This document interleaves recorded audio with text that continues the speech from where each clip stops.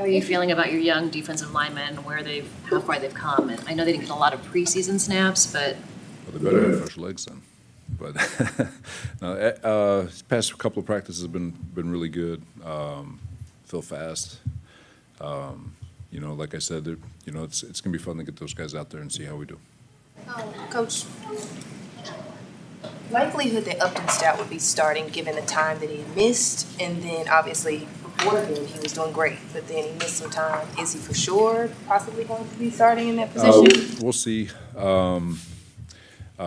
We still have another couple of days of preparation. I think we have a general idea of how this can play out, but whatever little advantage it might give, we'll just hold on to that decision for Sunday. The offensive system they put in place, how similar are you expecting it to be what's run here? For sure. There's similarities, but like everyone who's a disciple of, I grew up in the Seattle Seahawks cover 3 system as created by Gus Bradley, who happens to be in the building, and he, and I kind of branched off and kind of made it my own deal. So I'm sure Koob over there has done the same thing. He's got some nuance to what he does that's a little bit different. While you see similarities, there's things that have his hallmark touch on it. Which would be, you'd expect them to really emphasize the running game out the gates to see if you guys can handle it? Yeah, you'd expect that, but it's really, whatever they feel is fit for that game plan. They've got a fantastic O-line coach in John Benton, who we had at the Jets with us too, and we're all familiar with here with the Niners. So they're even Rico Dennison, who's a really good O-line coach, is also there. So they're very well coached. You can see it on tape. They're athletic up front, and they do a really good job executing their zone scheme. So many teams in your division now run the outside zone. Did that, come into play when you were talking about Michael Williams and his value and what he might be good at? There are several things with Michael. We're rebuilding a defensive line. Michael is. We look at him as an outside guy on first and second down, similar in the way Armstead was, and then you kick him inside, at least the early years of Armstead, and then give him a chance to go rush the passer. We think he's got a chance to be a really good interior pass rusher. He's Michael's athletic enough on the edge. He's long enough. He can set edges. He can handle those double teams. Tight ends are going to be at a severe disadvantage with him. So you feel good about him setting edges on the outside and making sure that ball stays funneled to the linebackers. So it's all encompassing. He's just a really, really, really good football player who's got a really high ceiling. So again, one of those rookies who really has missed a lot of time during training camp, but we're excited to see him play and grow throughout the year. How much has Sam Darnold improved over the last few years, and what is he doing well at this point? A lot. We played him last year. When I was with the Jets in London, and just studying his tape, he's very confident. He is a playmaker. Last year he proved that he could be a good decision maker. Also, he took care of the football. He got the ball to his playmakers, and I think the scheme just fits him. Kevin O'Connell did a great job, and I think him coming up to Seattle, being in the same system, is going to be good for him. You can tell, even in the one drive that they had, just complete command of the offense, getting those guys in and out of the huddle with tempo. They were flawless in their execution on that one drive they had against Kansas City. So he's improved greatly, especially from, even though I never got a chance to coach him at the Jets, the background of when I arrived to what you see is very different. Of this all offseason, but why you were brought here. You also said that you could see as many as 6 rookies starting. Probably didn't get the amount of playing time in the exhibition season you would have liked with them. So how do you kind of big picture overall rate things right now with the expectation probably that you get better as the season wears on? Put your seatbelt on, enjoy the ride, man. It's going to be a lot of ups and downs, a lot of really cool moments, a lot of hair-pulling moments, but they're good kids. They work hard. They're fast. They're violent. They love the game of football. They're ready to play, and they're ready for their op. Along with that, Robert, you used the phrase "we'll see" a fair number of times leading up to this. What is that like for you as a coach? I'm sure there's a certain amount of "we'll see" anytime you go into week one, but this year in particular with so many new pieces, what is that like for you? The growth part, there's Because you never know, right? Like you can go into a season, and I would imagine just talking to Kyle, it's when the roster is veteran-like and it's been together for a while, you just know you're going to kick the living ever daylights out of people. And when you're young and you got a bunch of new faces, you have confidence that you will, and you're just excited for the affirmation, if that makes sense.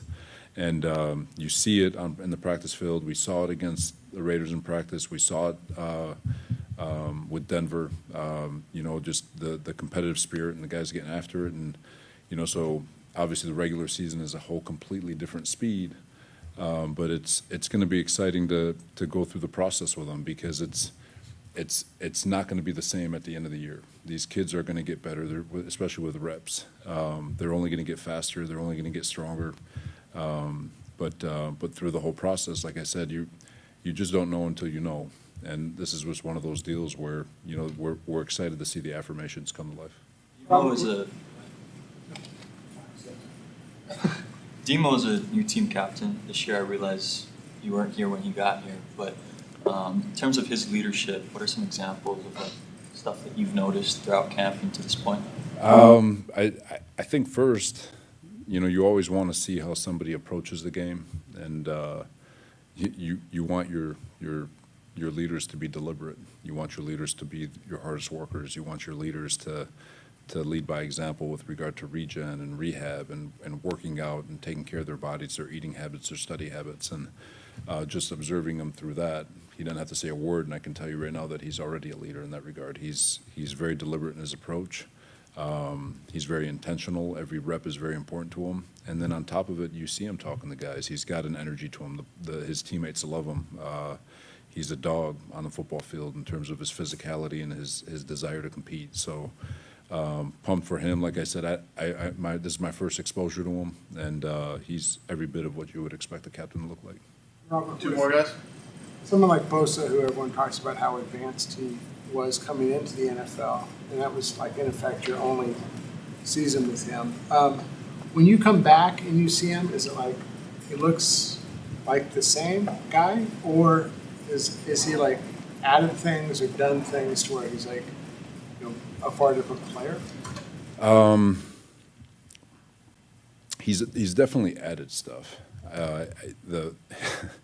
His rookie year, I'd never seen a D lineman make so many tackles just whiff before, like the way he did. I mean, it was bizarre. And I remember standing on the podium because, God bless Joe Staley, couldn't block him the entire training camp. And I was like, well, eventually he will. He's a veteran. I was like, well, he still hasn't touched him, But he's. You just know guys like him, his pedigree and the way he was raised and the way he approached the game his entire life. Like, he's always trying to find nuance to his game to help him get better, and really pumped for him. And I don't want to say. I mean, he's always going to have big years. I'm looking forward to seeing how this one plays out for him. Said that all the young guys in the locker room have changed the attitude. I know you weren't here last year, but do you feel that youthful energy from all the young guys in there? I can't compare it to years past. What I could tell you is that whenever there is an injection of youth, like they don't know any better. They haven't been scarred by the business part of it. They haven't been scarred by the playing time. They just, they make an average 2-yard gain, and they're jumping around like they made a 4th and 1 stop to win the Super Bowl. And it's just that juice and that energy. They're just their love of football shines in their habits because everything is fresh and new to them, and that does kind of trickle down, and it does rub off on all the veterans. It's like, you can compare it to an old dog getting a little puppy in the house. That old dog's gonna get up and get ready to go. It's gonna have a little extra juice to it. So yeah, young guys are fun. Like I said, though, they make mistakes, but they go 100 miles an hour doing it. They bring a lot of juice. They make it fun, and like I said, we're looking forward to seeing them play. All right, thank you guys. Appreciate you all.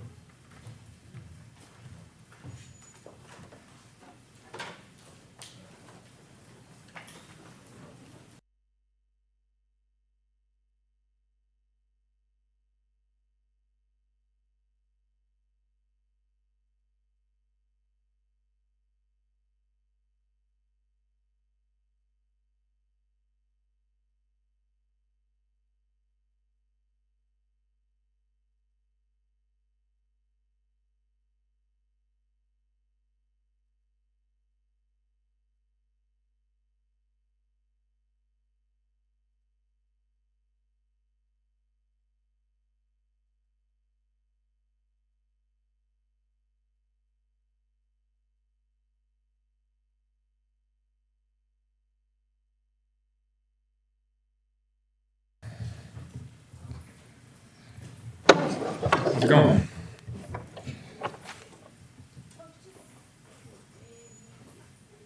Just want to know, one, how less stressful is it going into week one, knowing that Juwan Jennings is on the better side of possibly being out there, given the calf, given the contract negotiations that are now done? How does it feel to have him out there? Great. Yeah, less stressful to have Juwan out there. A great player, big part of our team.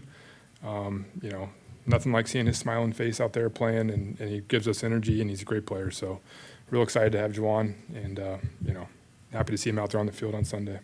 To follow up, against Seattle, you don't have to that's one less position you have to worry about finding a way to fill, and production you have to worry about actually, someone who is accustomed to the system. That's what I mean by less stress. Do you feel that now that he's available? Yeah, it definitely takes a little bit of a burden off, bringing guys up to speed, especially some of the new guys we have in who maybe would have played a bigger role had Juwan not been ready this week. But, Juwan's also, hasn't been out there in practice, so you're bringing him up to speed from a physical standpoint too. So, but yeah, it definitely takes some of the burden off those guys, but we're expecting contribution from those guys regardless. So, but to answer your question, yeah, it's definitely better. Yeah. Have you been in touch with the Seahawks offensive coordinator much? A little bit. This week's been a little quiet, so we're giving each other our space and look forward to seeing him on Sunday. So, Going back to childhood, have you had many head-to-head battles? This will be our third time going against each other in the NFL. Obviously, nothing outside of that. So it's a really cool thing. It's a cool experience. It's pretty rare, so we treasure them for sure. But it's a little awkward during the week, but it'll be fun on Sunday. Do you try and guess what he's going to do, or how do you play that mental game beforehand? That's not my job. It's interesting that we're on the same sides of the ball, so we're really not competing against each other. That's for Coach Saleh to figure out, and same for him. So, yeah. What makes Mike Macdonald's scheme unique and effective? They're really well coached. That's the biggest thing, is whether it's unique is one. It's unique in that they're really well coached. The way all their coverage is tied together, the blitz is tied together, it's a really coherent and cohesive scheme, and you can tell they're really well coached. You can tell they coach detail, and they play very hard. They tackle, they do fundamentals well, but they also challenge you mentally, as a play caller, and they challenge you schematically. So it's definitely one of the best, hardest guys to go up against, and it's going to be a challenge. Kyle called Christian a psycho in a good way. How would you describe his drive and his to get to this point now after his comeback and where he's at week one? Yeah, he hasn't done anything we didn't know he was going to do. He has that gene or whatever it is where he is just so driven, and he's not going to be deterred from his goal. And it's been awesome to see him just start in the off season and just carry him through training camp to where he's at now. And so it's just a lot of respect for Christian and how he takes care of himself, how he prepares, and whatever word you want to use. He's unique in that way. So. Can you even quantify how much confidence it gives the staff and teammates? Yeah, no. He gives everyone confidence. He's one of our leaders. He's one of our best players, and when he's rolling and feeling good, our team has a pretty good mindset. He missed a lot of time earlier in the offseason, but since he returned, he hasn't really missed any time. How much has he improved during this span? A lot. He missed OTAs, and he had the setback coming into camp. But since he came back, I don't think Ricky's missed a beat. And you can just see the growth. You see it in training camp every day. You saw it in the preseason game. And that's been huge for him. That's what he needed. He needed to string together weeks and stack practices to really start to grow as a player, and he's done that. And so he's given himself a great chance to have a good year. So I'm happy where Ricky's at. I'm curious, how will the play calling kind of go on Sunday? Is Shanahan going to take the reins, and then how will you kind of chime in? Yeah, and Kyle calls the plays. Obviously, I called him in the preseason. I had to, talk to the quarterbacks, but Kyle communicates to the quarterback. Play calling, it is collaborative in some regard. We're always communicating. We're always suggesting things and giving ideas in certain situations, and Kyle does a great job of taking that information in and processing it and then letting that be whatever he wants to call. But so he's calling plays, but like always, it's a collaborative process between me, him, our O-line coach Chris, Brian Fleury, and anyone who kind of sees things as the game goes on. Kind of follow up on that. I know at the college level, adjustments have in-game adjustments have really changed because of technology. How hard is it, and how has it changed since you kind of got into the league? Since I've been in the league, it hasn't changed much. You have the pictures on the side, or the tablets to see kind of the pre-snap and post-snap of each play. So we kind of haven't gone beyond that in the NFL. We've talked about this before, but sometimes it's having too much information, too much video in between plays. It can cloud your mind with too much stuff. And the simplicity of the pictures, it's kind of what we know. It's kind of how we know how to make adjustments in games. So, I don't know any different way. So I'm not going to compare it to anything else. So. George Kittle is almost 32 now. In the last couple seasons since you've been here, I mean, has there been any curiosity of like, okay, is this guy going to be the same? And have you noticed anything as far as slippage? George is in good a shape, looks as good as he's ever looked to me, and that's a credit to him. For how he handles his off season, how he takes care of himself in the off season, during the season. He's a specimen in that way. I mean, he's really, to me, in the best shape he's ever been in as a player, and it just speaks to how he prepares, and it's really cool. Established himself as a terrific scrambler. When you watch him run, do you think, man, we need to design some runs for him? Brock can run. I don't want to reveal plans or anything, and we've had plays for Brock to design run. It depends on the scheme you're going against too. You do want to avoid quarterback getting hit. It's always a big part of it. But if we see something and we think there's a way to take advantage of it, we always try to. Doesn't mean it's going to get called, but we go into games with stuff for Brock. Okay. Great. Thanks, Doug. Appreciate it, guys. Thanks. Have a good one.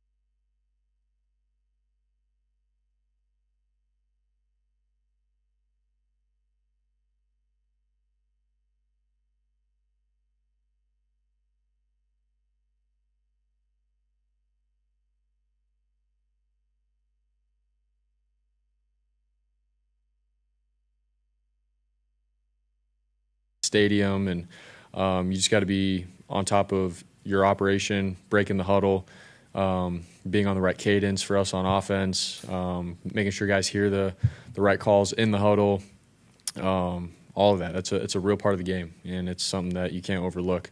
It doesn't matter how much success you had playing there. Every single game, every drive, it's there, and so we're definitely not overlooking that. And obviously, it's one of the best places and hardest places to play in the NFL. Last time you faced this defense, they held you to 17 points at home. What makes them a good defense? I think they do a good job of, I think, taking away explosives. Playing bend but don't break kind of defense, and making the quarterback check the ball down and be smart. And they want to try to get you to push the ball in certain areas, and then they play really tight coverage, and it's almost like you can't miss. You got to be pinpoint accurate as a quarterback. You got to run the ball really well. So just overall, they got a really good defense. They understand the scheme, all the guys playing in it, and I think McDonald calls a great game. Game after game last year, if you actually watch the film, like he calls a great game overall, just his coverages, and I think everything sort of ties together throughout the game for those guys and how they play in it. So good scheme, good players, and that's what you get. It's been like having Juwan back, and how does he look to you? Yeah, it's been awesome. Obviously the energy that JJ brings, and when he steps on the field, and the dog mentality that he has, it's been great. And then dropping back and trusting in him to be where he needs to be, and picking up where we left off, it's been great. So obviously having him back has been sweet, and trying to get him in the right matchups, and get him the ball, and let him eat. So really excited that he's back for our team, and obviously as a quarterback, having one of my starting receivers out there. So How quickly can you get back to where you were before you went out with the injury? I think it's been pretty smooth so far. I think the practices that we've been together out in the field, we've honestly, like I said, picked up where we left off.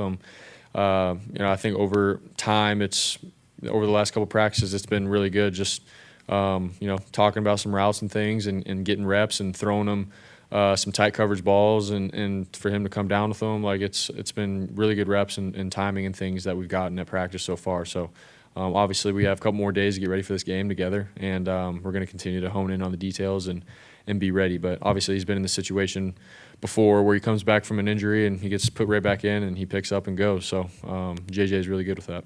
You've had success up in Seattle targeting George, as you have in most places, but I guess how tight is that combination of you and him right now? Because it's looked really good throughout camp, and how much can part of that be traced to you guys spending time out in the Nashville outskirts? Yeah, it's been good. Obviously, I've had a great camp together, and just I think just he understands our offense. I understand it, obviously, and for us to be able to go out and see the game the same way, and for him to be where he needs to be, and just the trust, the timing. I think we've gotten a lot of looks and reps together just over the years. And then obviously in the offseason, we train together and stuff, which is great. But the minute we step out on that field, man, it's just us playing ball. And, two guys that absolutely love the game. And we're always talking about every rep and who needs to be where and what we both can be doing better. So the communication part of it has been huge for us. And then you see it, on the field in the game. So obviously, hopefully, it doesn't matter where we're playing or anything. It's always, hey, you got to do your job, and we've had success in Seattle together, yes, but every single game is different. And but more than anything, I trust 85, and I know he's going to continue to be the consistent tight end that we need, and be where he's supposed to be, and I'm going to continue to throw him the ball. You two have going this week, Iowa State. We don't know yet. We've talked about a jersey or a helmet or something, but we got to finalize that. So, but come Saturday, man, Cyclones, baby. For the fans out there who don't know, what is your nickname for Trent Williams, and kind of how did you give that to him? My nickname for Trent Williams? Yeah. Or his for mine, or what? No, yours for him. What do I call him again? Oh, that, yeah. No, I think when I said that in an interview, they were asking me about, what's it like having Trent Williams block for you. So for me, I just said he's like my binky because, I know my left side's good. He's a Hall of Fame left tackle. So, but I don't know. I don't really call him that. I just call him T-Dub or Bro or whatever. But so I don't really call him binky. But anyways, that's sort of where that came from. But he's a Hall of Fame offensive lineman blocker for me, and I'm very thankful for that. So. Improvement level of having Christian back out there, healthy and ready to go. Oh, it's been awesome. Just going through camp, all the reps we've gotten, what he can do and what he brings to our offense. Running the ball, and then the defense not knowing if he's going to go out for a pass, and the element that brings to them and their scheme, like just all of it. It's been so nice having him and his leadership and everything. You could tell like the minute he steps on the field, like everyone's on top of their stuff. Like there's some kind of aura that he has every time he's out there. So having him back, man, there's nothing better. Curiosity, does Binky have any correlation to the baby, and that's what keeps her quiet, and that's why it's like a safety thing? Yeah, I think so. When you're in times of some chaos, you'd like a binky, like for our baby. You give her the binky, and she's calm. And when Trent's out there blocking for me, I'm calm. So. But I think you're 88% conversion when you do sneaks, short yardage, 1 yard or less since you became the starter. Do you guys consider that a form of the tush push? Do you not like why is that so successful for you? Yeah, I mean, the way we've run it, we do it a couple ways and stuff. It changes week to week, but obviously it's not. I don't think like Philly's tush push or anything, but for us, it's depending on the week and whatnot. We need a yard. How can we get the yard? So we're scheming up different ways, and it's not always that. There's a bunch of other different plays that come from that. So, like I said, it's different, but our coaches do a really good job of understanding the scheme of the other defense that we're playing, and how can we get a yard or whatever. So, but I think our short yardage has been pretty good over the years, and hopefully we can keep that up. You consider yourself a dual threat? I don't think so. I'd say pocket passer that can escape and use his legs when he needs to. So. Thanks, guys. Thank you. I think